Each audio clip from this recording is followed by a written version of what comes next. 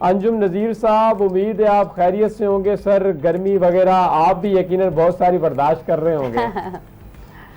हाँ जी, बहुत शुक्रिया। यकीनन गर्मी का मौसम है तो गर्मी तो बर्दाश्त करनी है। अंजुम नज़ीर साहब, ज्यादा गर्मी पड़ रही है इसी सीजन में, अभी से ही हम इतनी ज्यादा गर्मी देख रहे हैं। हीट वेव आगे कितने और ज्यादा स्ट्रांग हो सकते हैं, क्या कहेंगे आप? देखें, अभी तो मई का स्टार्ट है तो हमने थोड़ा सा टेम्परेचर में राइजिंग ट्रेंड देखा। 47 तक हमने 46-47 तक हैदराबाद में भी देख लिया।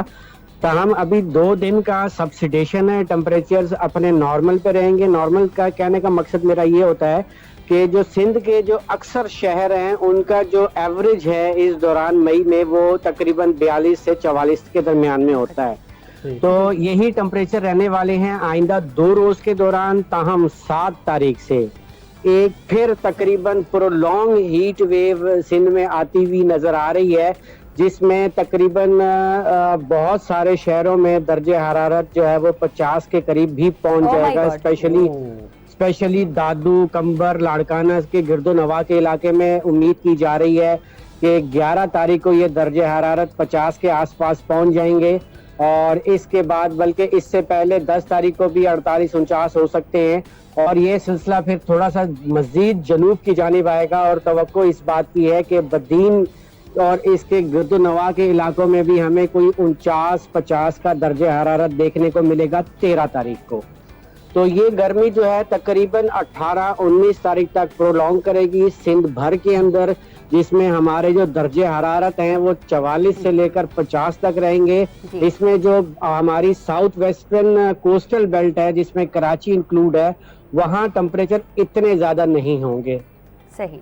ओके अंजुम नज़ीर साहब, आपकी तो बात सुन के हमें अभी से ही गर्मी महसूस होने लगी है और जितना टेम्परेचर आपने बताया है, तो आप हमारे नाज़रीन को ये बताइएगा, ये जो इतनी ज़्यादा गर्मी पड़ेगी, ये हीट वेव कितना ख़तरनाक साबित हो सकता है हमारे लोगों के लिए, उसमें एहतियाती तदबीर क्या करने की ज़रूरत है? देखिए, हीट वेव जो हमारी प्लेन एरिया की हीट वेव होती है उसमें जो एक खासियत सिर्फ ये होती है कि उसमें नमी का तनासुब कम होता है। हम जब गर्मी में निकलते हैं हमें लू महसूस होती है, लेकिन उस तरह सफोकेशन नहीं होती। अगर हम थोड़े से साए में आ जाए तो कदरे बेहतरी होती है, जैसा कि हमने 2015 में कराची में देखा था कि जो कोस्टल बेल्ट है वहां पर अगर इतने ज्यादा टेम्परेचर हो जाए और नमी का तनासुब ज्यादा हो जाता है तो वो ज्यादा खतरनाक हो जाती है।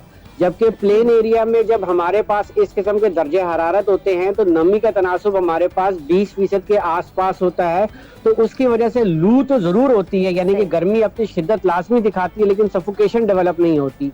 इसका सिंपल सा इलाज है और जो हमारे बड़े बुजुर्ग भी करते रहे हैं कि मैं आपको एक इस्तेलाह बताता हूँ कि अगर आपने घर से बाहर निकलना है तो थोड़ी सी इंग्लिश में बताऊंगा।